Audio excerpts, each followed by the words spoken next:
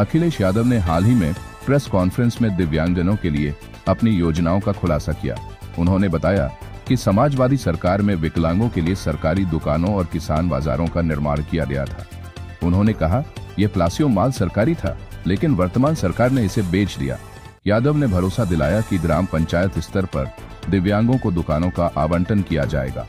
अगर आर्थिक सहायता की जरूरत पड़ी तो वह भी दी जाएगी। दिल्ली सरकार से मांग करते हुए उन्होंने कहा, जब अर्थव्यवस्था इतनी आगे बढ़ रही है तो दिव्यांगों की पेंशन भी बढ़ाई जानी चाहिए। अस्पतालों और सरकारी स्कूलों में विशेष सुविधाओं की आवश्यकता पर जोर देते हुए उन्होंने कहा, हम लोकसभा में इन मुद्दों को उठाएंगे।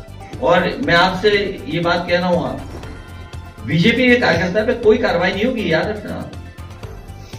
बीजेपी के लोग कोई गुंडाई करें, कोई भ्रष्टाचार करें, कोई अपराध करें, उसके लिए कोई कार्रवाई नहीं होगी।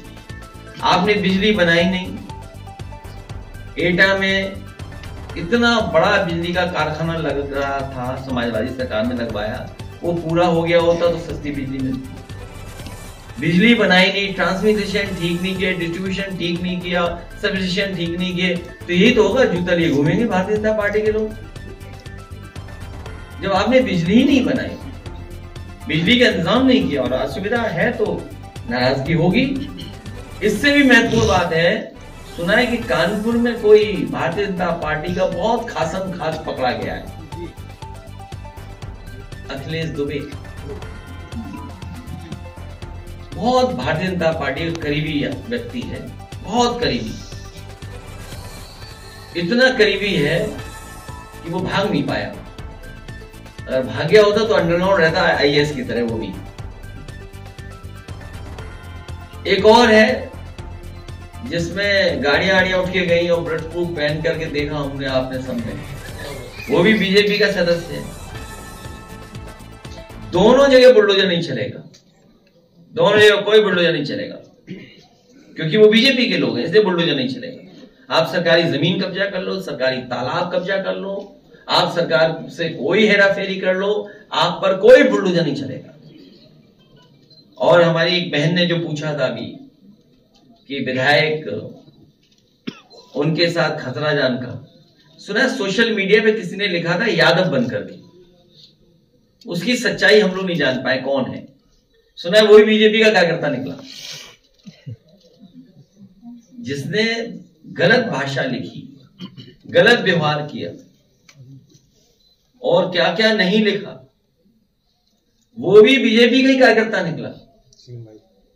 सोचिए आप, अगर बीजेपी के आप हैं तालाब कब्जा कर सकते हैं, बीजेपी के अगर आप हैं तो कोई गैर कानूनी बिल्डिंग बना सकते हैं, बीजेपी के अगर आप हैं तो जूता लेकर के निकल सकते हैं, बीजेपी के आप हैं तो टेबल पे पैसा फेंक दोगे 50,000 रुपया, लाइए यही तो तुम्हें चाहिए था, लगाइए ये भ्रष्टाचार, ले लिए पैसा।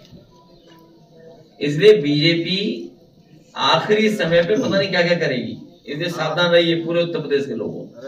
कभी कथा होगी यहाँ जब चाहे तब आ जाए, देखिए इस हॉल में जब चाहे तब आ जाए। अगर आपसे संपर्क किया हो, आप तारीख बता देना, उसी दिन सब कुछ तैयार मिलेगा यहाँ। कहा था 50 लाख लेते हैं तो वो करे कि हम फ्री में आते उतना। देखिए ऐसा है, मैं पत्रकार साथी से सहमत हूँ। ये जितने भी लोग हैं जो अच्छी बात समाज में फैला सकते हैं, उन्हें फ्री करना चाहिए, समाज को अच्छी दिशा देने के लिए, समाज में अपना सही जो हमारे धर्म की जानकारी है वो देने के लिए, क्योंकि हमारा धर्म जोड़ता है, हमारा धर्म प्यार का है, एक दूसरे को करीब लाता है। सदियों से हमने एक दूसरे से सीखा है, ऐसे दुनिया में कई परंपराएं नहीं जो अपने आए, लेकिन हमारा धर्म भेदभाव नहीं सिखाता, हमारा धर्म दूसरा रास्ता नहीं दिखाता। जब आना चाहे आए, अच्छी बात कहने के लिए सब अलाउड है, इसी हॉल में, इसी जगह पर, जब चाहे तब आ जाए, कोई भी साधु उसमें। जो लोग आरक्षण के खिलाफ हैं, सेकुलरिज्म के खिलाफ है, सोशलिज्म के खिलाफ है, हम उनके साथ हैं।